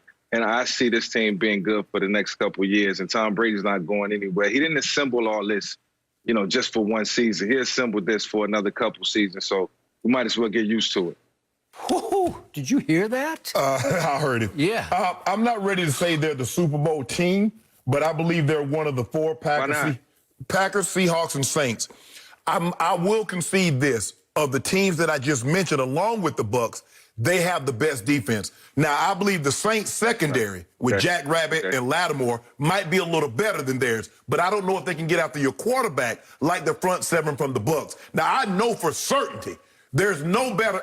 Right now, I would say that Bucs linebacker, the middle, the 2 guys inside, David and White, are better than Wagner and KJ Wright in Seattle because, man, they are sudden. And B-Wags has been the best middle backer for a long time. But it's going to be hard. It's going to be hard for him to maintain that level, that status, over the next couple of years. Because Devin White, he coming. He come. If he's not already arrived, he coming. And and David, man, they are sudden. And they can get after your quarterback. So there are 4 teams right there. You make me pick today, I will give a slight nod to Tampa over Green Bay because of their defense. I don't believe AB puts them over the top. I believe they were right where they needed to be. This is a gamble because there's a greater chance that he could upset the apple cart than make the apple cart ride smoother. With that being said, Tampa is to be reckoned with. And I think they just put everybody on alert over the last 2 weeks with what they've done. They're going to be there for a minute. By the way, it's an orange card. Okay, not apple. Okay, it was an orange card. So, what Michael Vick just said on this show, live to America, brought tears to my eyes because I loved every word he just spoke. I love this move, AB reuniting with TB in Tampa Bay because Brady loves Antonio and Antonio loves Brady. And I loved what Brady said last night because the main reason he loves AB is he's a very hard-working guy. That's his biggest redeeming asset is he will work. He loves to practice. I think AB loves practice as much as he loves the games, from what I saw in Hard Knocks, right? That's what Gruden loved about it. Right? Yes, that's what Tom Brady loves to work. He loves to practice. And Brady's other quote was, there's a lot of hard work ahead. None of this just magically happens. And he said, we're fighting against continuity of a lot of other teams and coaches because, again, obviously, Drew Brees and Peyton have been together for what seems like a century, right? Yep. And Russell Wilson and Pete Carroll have been together 2 centuries, it feels like, right? Yep. So you're going to have to adjust this on the fly, but Tom knows he's got a guy who will come early and stay late to practice. Right. There's no diva in him at practice. And again, to Michael's point, this is a a potential Pro Football Hall of Famer right here. I don't know if he's going to make it. He's got issues off the field. The voters going to be hard for him to get in the voters. I got it. But on pure production, his numbers say that. No question. His numbers say that. And remember, in their receiving core right now, they don't have a field stretcher. Godwin can run, but he can't run like that. He's not a deep threat. And, you know, Mike Evans is a loper, so he's going to be a jump ball catcher, right? Scotty Miller can fly, but he's little Scotty Miller. Right. And it's not like he's about, I think he's like 5'8" or 5'9", okay, about 170 pounds. Well, AB can fly, and he can run by people, and he has great ability to adjust to deep balls. So, to me, yeah, could he upset the orange cart? Yes, he could. But with Brady there, I think you got a chance. He's the best guy. Scotty Miller might just be faster, just in a foot race. Yeah, he might be faster. I buy that. But AB is better run after the catch than anybody that they got because he still has that punt return ability, and that's what you want to you want to get the ball in his hands and let AB do his thing. Okay. And AB is a tremendous route runner. Yes, like the way he runs routes is uncanny. Yeah. And that's what Brady loves. So, again, could they have ego issues with Mike Evans and Chris Godwin? Yes, they could. But you know what cures all that? Big dubs. If you just keep winning and winning and winning, finally Mike Evans is going to say, I'm good, I'll be big play Shay, right? Yeah. But I think the thing I was going to say that, too. Go ahead, Mike. No, I was going to say real quick, that another scary thing was the fact that Mike Evans only touched the ball twice yesterday and the offense looked as good as it did, and then you add AB. You know, and I think Gronk has been the biggest neutralizer. I can't say that enough. And yes, I'm a little tight end biased because my number one for a couple years in Atlanta was Algie Crumpler, and I learned how to use a tight end. And I think, you know, that rapport has been built with Tom over the years in New England. Now they have it in Tampa, but the emergence of Gronk has opened up everything for this offense. You're absolutely right. But like I said, if you look at the Packers, the Seahawks, the Saints, and the Bucs, we think when it's all said and done, those will be the teams that'll be vying for the title. Right now, the Bucs clearly have the best defense. Okay. Now, hopefully injuries doesn't affect anybody moving forward. But the Bucs front seven, they are to be reckoned with. So, before the season started, I picked the Bucs to win the NFC and get to a Super Bowl that will be played in their own stadium. And now the great Michael Vick has validated my pick. Well, congratulations, Shannon. And I also picked the Cowboys were not going to make the playoffs. Yes, you did. But you did not pick their whole offensive line to be completely decimated. No, don't do that, Skip. Don't do that. Don't do that, Skip. Don't do that. Don't start. That's another conversation. I don't know. So are you more pleased that Tampa is playing so well, or are you more hurt that the Cowboys look like trash? Me? Yeah, you. Oh, I thought you were asking Michael. I'm asking you. Those are your teams. I refuse to answer that question because I refuse to talk about my Dallas Cowboys anymore because I'm wasting my breath. They are done. He gave up on his team. He's been a fan since he was 10, and he gave up on them, Mike. They gave up on me. I done gave up on the whole NFC East. Thank you. Walking to him, got this thing now. Yeah, he'll be bouncing it to him. Washington going to be a player. You're talking about Carson over there? Okay, Mike, we appreciate your time. We will check in with you very soon. No mercy. Amid all the craziness of last night's World Series Game 5 between the Dodgers and the Rays, there was nothing more surprising than this moment in the fourth inning with the Rays down 3-2, 2 outs. Manny Margot attempts a straight steal of home on Clayton Kershaw, which had not been attempted in a World Series game since 1982. The Dodgers got Margot at the plate and went on to win 4-2. Skip, did you like this gamble? I thought it was a great gamble, even though the last time somebody successfully stole home in a World Series game was 1955 in the World Series. The great Jackie Robinson sliding safely under Yogi Berra. I believe he was out too, though. You could be right. But I thought it was a great gamble against a left-handed pitcher who's back to you, obviously, and you try to make him flinch or glitch, you know. And yet, remember, the Rays in the playoffs are 19 for 99 with runners in scoring position. That's a 192 average. They had first and third in that bottom of the fourth with nobody out, and Wendell popped up, and then Adama struck out, and it's a strike, 0-1 count to Kiermaier. And all of a sudden, he just says, I'm going to go on my own. Nobody knew, and Manny Margot just says, I am taking off. And he did steal 20 bases during the last full season, so he can run a little bit. And I thought it was a great gamble, although back in the day, when you look like you're going to have a close play at the plate, you just run over the catcher, and they don't do that anymore. They don't allow you to do that anymore. Skip, I disagree with you because I believe they let Kershaw out. Because remember, just the game before, Skip, they were down 2 outs, 2 strikes, and they ended up winning the game. Don't let Kershaw off the hook. It was the wildest World Series game I have ever watched. Skip, don't let Kershaw off the hook. Make him throw the ball over the plate. I'm going to take my chances because guess what? They won the previous game with the numbers, the stats that you just gave me, runners in scoring position and not doing anything. I'm not letting Clayton Kershaw off the hook, and I believe if I can just put the bat on the ball in this situation, I believe I can get Kershaw out of it. I can make Kershaw crumble. No, Skip, I'm going to disagree with you on this one. I would not have done that. I'm gonna play it out. First and third, Skip? Nah, I can't do that. Well, I still say Tampa will get Game 6, and we will have a Game 7. Incredible moments from the World Series so far. Catch Game 6 tomorrow night on Fox, 7:30 Eastern, as the Dodgers have an opportunity to win their first title since 1988. That would be a big moment for LA, guys. All right, looking forward to it. We will get back to it tomorrow. But I want to get back to what we saw from the Cowboys yesterday. After Andy Dalton was knocked out of the game due to an illegal hit from linebacker John Bostic, the response that Dallas gave didn't make the cut, according to Mike McCarthy. After the game, McCarthy said, quote, "We speak all the time about playing for one another, protecting one another.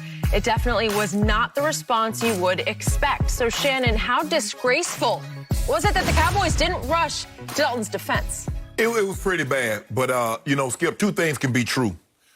It could be disgraceful that they didn't have more of an urgency to protect Andy Dalton. Not Skip, I'm not saying go out there and slug it out like they used to fight back in the 80s, Skip, but just go shove the guy to the ground. And if you get thrown out, you're probably just going to get an unnecessary roughness and 15-yard penalty. But you got to do something. But in the process of that, we can't let you off the hook, Mike McCarthy. Because thus far, you've done a terrible job of coaching. Thank you. So two things can be true. Thank you. They should have stepped up for Andy Dalton, and you've got to do a better job of doing what you were in place to do, which is coach and get this team ready to play on a consistent basis. But I guess, Skip, it's just like they weren't feeling it yesterday. And considering they hadn't fought anybody all year, I don't know why all of a sudden they want to fight now, Skip. That is correct. I guess that's what they're thinking about. We really think about it. Ain't like we've been fighting all along. So they let Bostic go. Bostic might he's going to get a heavy fine. We know that. He might get suspended. He might. He might get suspended for a game for that. I agree. But you got to be shoved. You got to shove the guy down or something. Under any other circumstance, any other team, I completely concur. I, in this case, do not want to let Mike McCarthy off the hook. He very slyly, shrewdly tried to deflect the blame and blame his offensive line, which is decimated, for not having the back of the backup quarterback. Right. That's not the primary issue here. Right. That ain't why you were down 20. That is correct. Mike, and you, also the other Mike Nolan, they quit on you yesterday. They started quitting on Monday night, that Monday nightmare against Kyler and company. Yesterday, they failed to even show up for the kickoff against what used to be your arch rival in Washington, where they used to play their hearts and their guts out, and you came out heartless and gutless. From the opening kickoff to the bitter end, you showed no fight, no competitiveness. You have quit on the new head coach and the new defensive coordinator, and it was shameful and embarrassing and humiliating for me to watch. So now to the play in question. Remember, there's no Ty Smith, the all-pro left tackle. Would he have gone after Bostic? You better believe he would have. Would Travis Frederick, the former all-pro center, would he have gone? Yes, he would have gone after him. Would Zach Martin, who couldn't play yesterday because of a concussion, would he have gone after Bostic? You better believe he would have. La'el Collins would have been first, though. Okay, La'el Collins would have been first in line, and he is gone for the season. You have a rookie at center and a rookie undrafted at right tackle, and the only player left over in the line from last year is Connor Williams, who was the weakest link in the line a year ago. What do you think these kids and these cast-offs? Cam Irving started his first game yesterday. He started 8 games for the Kansas City Chiefs last year, but he's been sick and hurt all year. He doesn't even know anybody. They should have worn name tags yesterday because they need to be introduced to each other. So how, as a group, are they going to react? They're having a hard enough time just trying to hold their own. And all of a sudden, they watch their quarterback, like, literally get his head knocked off, as in helmet knocked off. And to their credit, they all rushed to Andy Dalton, who looked like he was out cold on the ground, and they all leaned over to say, "Are you okay?" And in the interim, the referees immediately ejected John Bostic. Right. He is gone. Right. They're saying, you're out. Right. So it's hard. You're going to have to chase him down at the bench to give him a shove. No, they ain't gonna chase him down to the bench. Yeah. No, as soon as he hit Dalton and pops up, one lineman should have been right there to shove him dead in his back. He's back on the ground again. I got that. But the first order of business yesterday, Dalton got hit with such a cheap shot. It was so blatant. I thought he was really hurt, and he may still be. He may have a head injury. It's going to be hard for him to make it, Skip. He's going to be in concussion protocol. Right. So it's going to be very difficult for him to make it to Sunday night. So there's a great chance you're going to see I don't know if he's a rookie or second-year guy, but your backup. Ben DiNucci. James Madison. Yeah. Lord have mercy. Lord I think they're help Spiders. us. They might be the Spiders. Are they the Spiders? No, the Richmond Spiders. Richmond Spiders. I don't I'm know not what sure James Madison is. They're in the Colonial Athletic. They should be the presidents or something. Yep, something like that, okay? But that may be your starting quarterback at Philadelphia, which is why I'm already predicting they will lose 40 to 3. Skip, now you bad luck. I don't know. We're not going to talk about this. Bad luck? Yeah, you bad luck. I am all, but that's all I've had the whole year. So remember, this game was already over when this happened because they had quit in the first quarter. Well, so what does it matter if you're going to get tossed? Okay, so what pride does this team, what pride has it shown you in any game this year? Because it has fallen behind in 7 straight games right out of the gate. Right. And in the last 6 games, it has fallen hopelessly behind in the first half. And this game was over at halftime. And Antonio Gibson, who had a career rushing best game of 82 yards, had 94 at halftime. They wouldn't tackle him. Right. So how are they going to fight back? What fight did they show you at all? Well, I mean, consider that they hadn't been fighting at all. The offense hadn't played well. They hadn't been fighting. The defense definitely hadn't fought. Nope. They fought one play, as you mentioned. They stopped on the goal line on 4th down. But that was it. That was it. I got one play. I mean, seriously, Antonio Gibson on his first touchdown run, it's 12 yards. And if we could quickly see that, could somebody explain if anybody on the defense tried to tackle him? No. Isn't that the object? Is to try to tackle? Can you? This is Antonio Gibson. We're not talking about Derrick Henry. That's Antonio Gibson. Well, and when that happened, I said, that's it. I'm out. They are done for the season. Man, that's bad. Okay, there are 6 players on that field right then and there who have made Pro Bowls before, and they have no guts, no heart, no pride left. They don't want to play for the 2 new coaches. I don't know. I don't know how you go in the meeting room week after week and put the tape in, Skip, and just watch that. How wouldn't you be horrified to watch that? Skip, this is like this. What is their record now? With 2 and 5, so this is 7 straight weeks. By the way, they're only a half game out of first place, and I can't stomach it because I wish this division would quit enabling my team to keep saying we're okay. Yeah. No, you're not. Theoretically, they are okay, Skip. Unfortunately, they're not in the AFC North. Because they're going to take 3 teams. I believe 3 teams are going to get into the playoffs from that division. And unfortunately, 1 team has to go from the NFC East. Okay. Only 1 team. Well, how about the NFC West? Skip, you might be in a situation where you pool all the teams together, take players from everybody to make 1 team to go to the playoffs. So you take a quarterback from here, you take an offensive lineman from there, a defensive lineman from the 4 teams from the NFC East, and that would be your playoff roster. Okay. All right, fine. So if Jerry Jones sits quietly this week and doesn't say a thing or defends the 2 head coaches, the head coach and the new coordinator, that means he is playing for Trevor Lawrence. And I'm not kidding about that. But Skip, you remember when they lost the other day? He said he loved the effort. The effort's there. What effort? 38-10? That's not effort. Skip, y'all look awful. Y'all look awful, Skip. We're done. No. Most humiliating day in my fandom. No, I need more of this. No, you do not. I need some more of this on Sunday night. I need Fletcher Cox. I need Graham. I need Curry. I need them to Barnett. I need them to get after your quarterback. The rookie from James Madison. Yes. Impressive. Yep. High degree of difficulty. And I need old Walkie to him to do what he does with Ward Jr., Fulgham, all them guys. Look what we got. You keep talking about your guys. Look at what we got out. Lane Johnson is out. Barrett is out. Peters is out. The guy that was supposed to play Peters, he's out. Look at us. No D-Jack, no Alshon, no Jalen Reagor, no Miles Sanders. We don't want to hear none of your excuses. You got Boston Scott, and we don't. No, it boils we got down to Walkie that. Yeah. 40-3 Philadelphia. Watch. And we betting due on this one, too. Oh, we're not. Oh, yeah, yes. Oh, yeah, we got to get some due. I don't know if we're that's your team, my team. Will you give me 37? No. No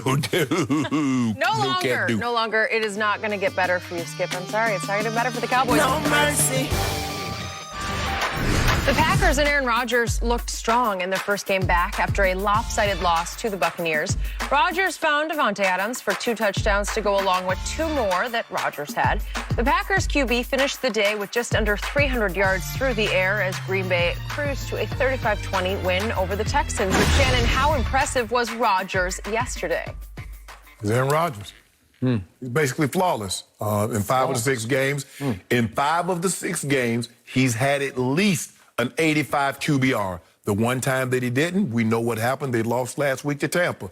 But, I mean, what is he now, 17, 18 touchdowns with 2 interceptions? Can I interest you in that? That's pretty good, ain't it, Skip? And I told you, you keep Aaron Jones runs this team. Aaron Jones, the wrong Aaron. Was he there yesterday? And they couldn't run the ball, Skip. They had 27 rushes, 96 yards. That's 3.6. He's like, I got this. Hey, Davante, you ready? That's all, because basically that's all he had. It was him and Davante. Valdez-Scanlon, 4 targets, 0 catching. Steinberger had 1 touchdown. So is Aaron Rodgers. I expect nothing less. And the defense needs to come along, needs to generate a little bit more pressure because Deshaun Watson was 29 to 39 for 309. That won't get it done because we saw what happens if you don't pressure Tom Brady. Basically, everything you're doing is that you're trying to gear up to beat that guy, Tom. And Aaron's going to have to be Aaron Rodgers. Hopefully they get Lazard back by then to pair him with Davante Adams. But Aaron Rodgers was Aaron Rodgers. I expect nothing less of him. He's great, and he's still in the MVP running. He, Russ, Aaron Rodgers, Russ, Tom, my homeboy. I think Ben is right there on the cusp. He was doing really well until yesterday. He just started to, here, you take it, Tennessee. Here, you take it. Because he let Tennessee back in that ball game. I'd say, with 3 interceptions. Yes. I would say Tom Brady took the MVP lead yesterday. That could be short-lived. It's got a long way to go, but I thought he took the lead yesterday. The man, hold on. Russ has 22 touchdowns with 4 picks.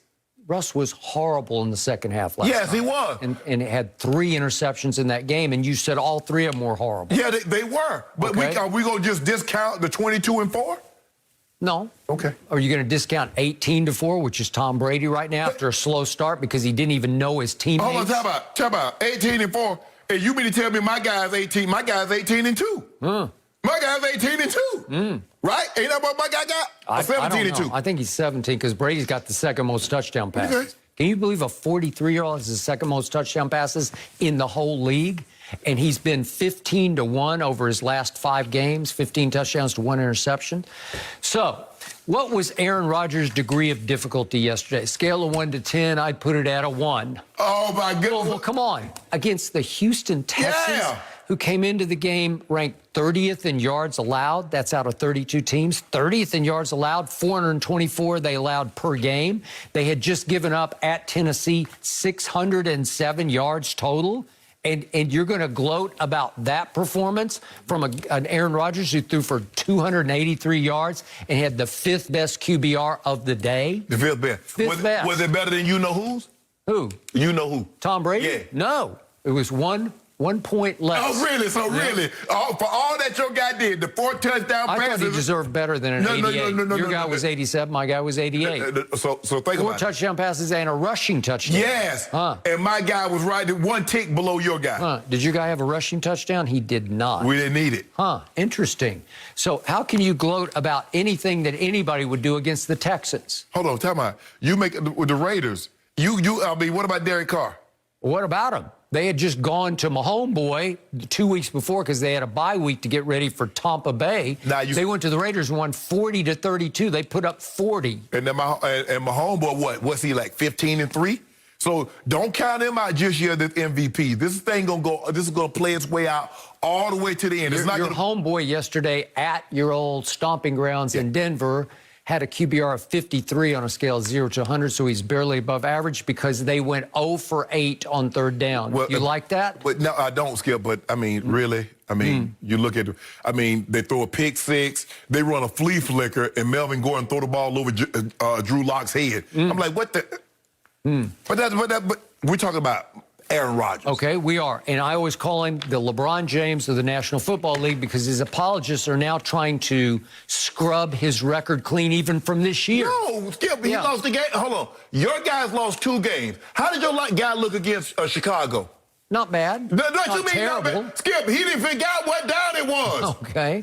And then what did he do? Lost. He came back against Aaron Rodgers and hung a 38-10 on him. Okay, if you don't mind me asking, who has the higher QBR for the season? My guy or your guy? Your guy. Okay, substantially My high, guy right? got off to a slow start because he had no preseason games to get to know brand new teammates and a whole new system. What about my guy getting off to the slow start because they tried to bring another quarterback in? They tried to get rid of my guy. How does that make my guy feel? At least he knew the offense. He put that aside right there. Did he? Top 5 in QBR. And he didn't put it aside when he went to Tampa Bay because he threw nearly 2 pick sixes that turned the game around early in the second quarter. We got off to a blazing start. And he should have been intercepted 4 times in the game. We got off to a slow start. We got off to a fast start, and then he threw the pick six that flipped the momentum. That happens.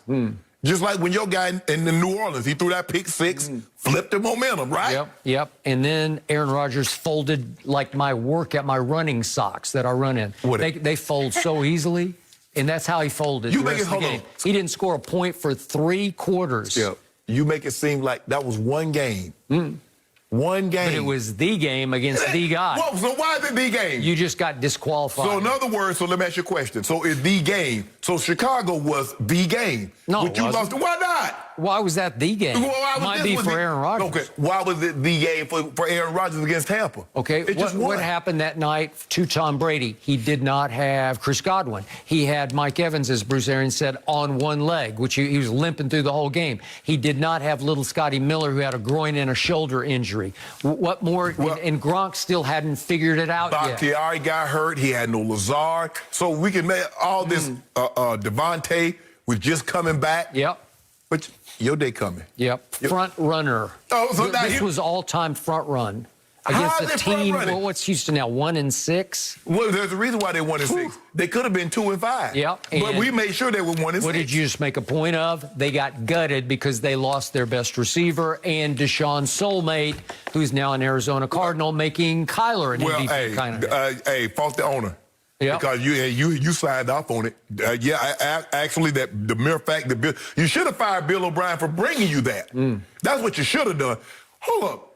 You trying to trade D-Hop? Man, get out of my office. You're fired. That's what should have happened. Should have happened, but it didn't. It didn't. But they are done for the year now, and you took advantage of that. Way to go, Aaron. I was in Chicago, and Houston's defense. What happened to Houston's defense? I don't know. They used to be good. Ask Romeo. Ask.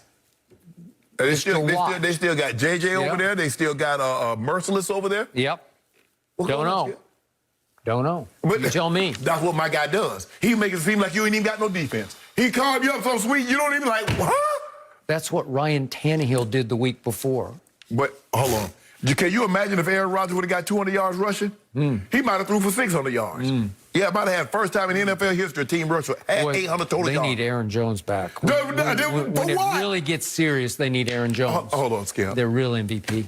You know it and I know it. You know Aaron. He makes that team go. They'll go as far as Aaron Jones carries them. As far as Aaron Rodgers. Oh, okay. Was Aaron Jones there last week? So that loss was on Aaron Jones, right? This was a gimme. This was like a bye. No mercy.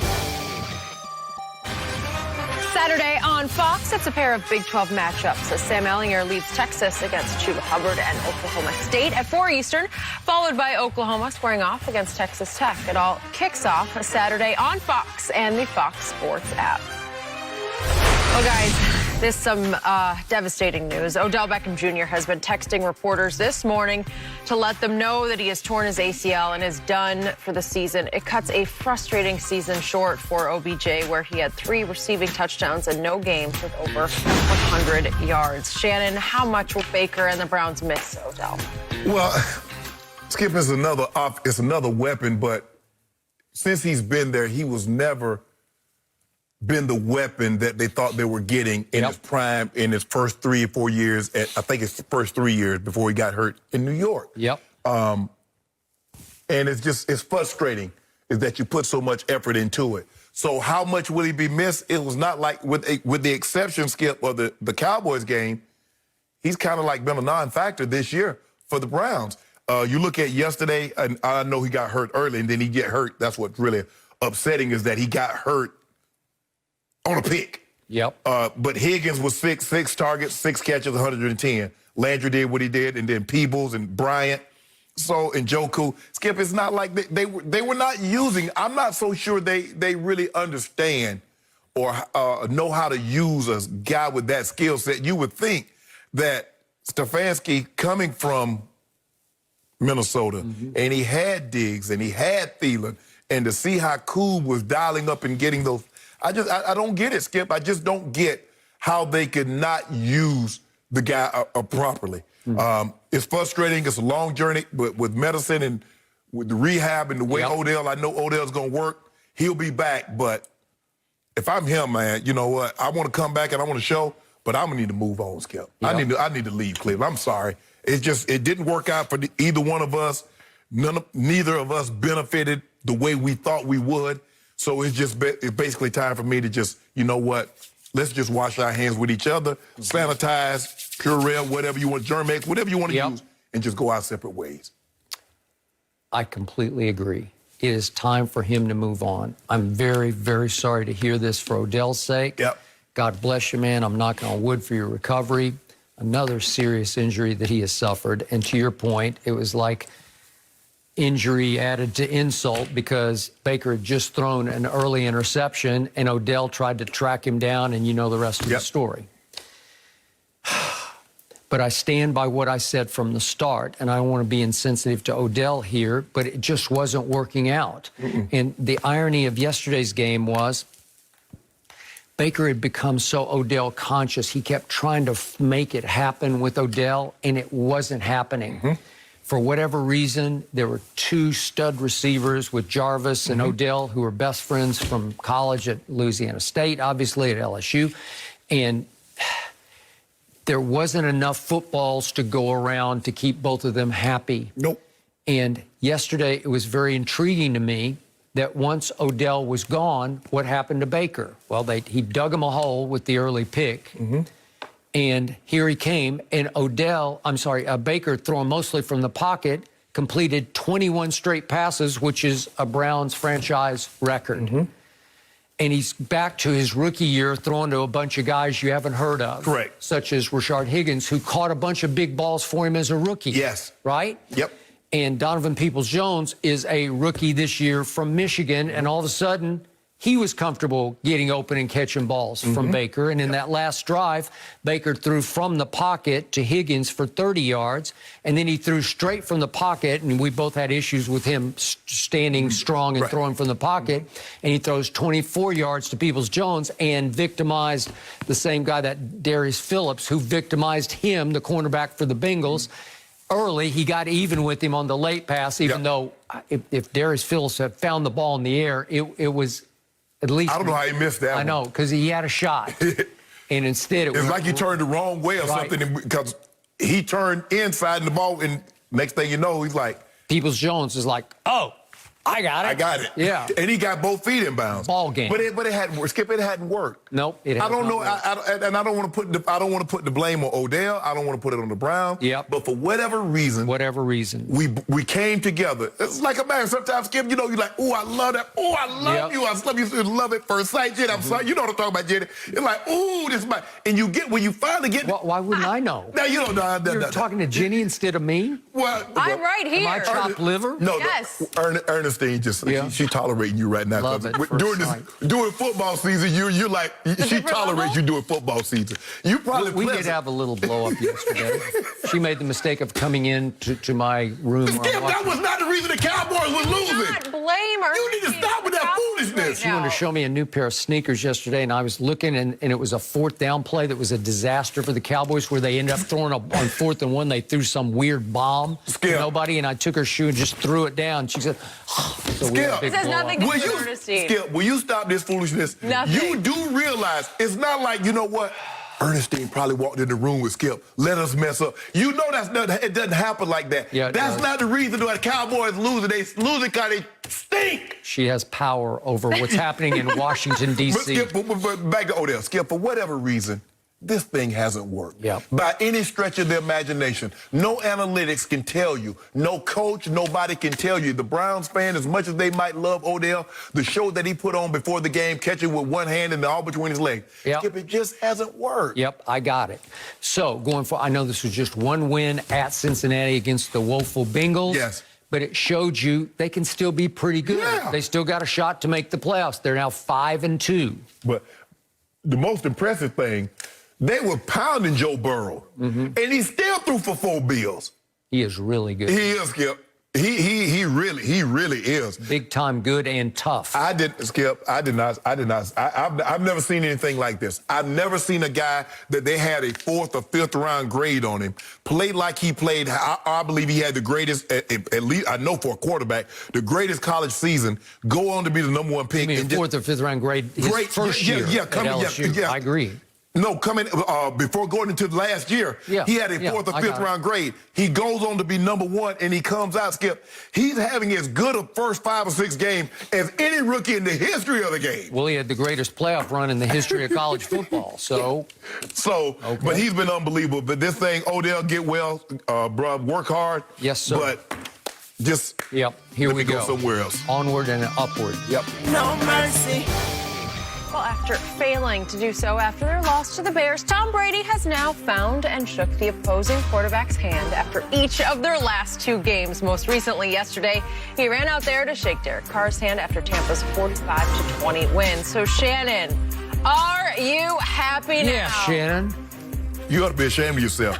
And Tom Brady ought to be ashamed of himself. Now, this is the 3rd time in 7 seasons in which he's played Derek Carr. What do you think that relationship is like? Oh, they're deep, good friends. Now, Best friends. This is what I noticed now.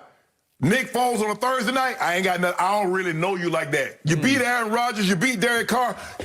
You look like DK Metcalf running to the middle of the field to shake his hand. Either shake every quarterback hand or take your butt to the locker room. This is a ridiculous, Skip. You ought to be ashamed of yourself. You over there kid. You know Tom Brady's a sore loser, and he like you say, just own it, LeBron. Just own it. Just own it, Tom.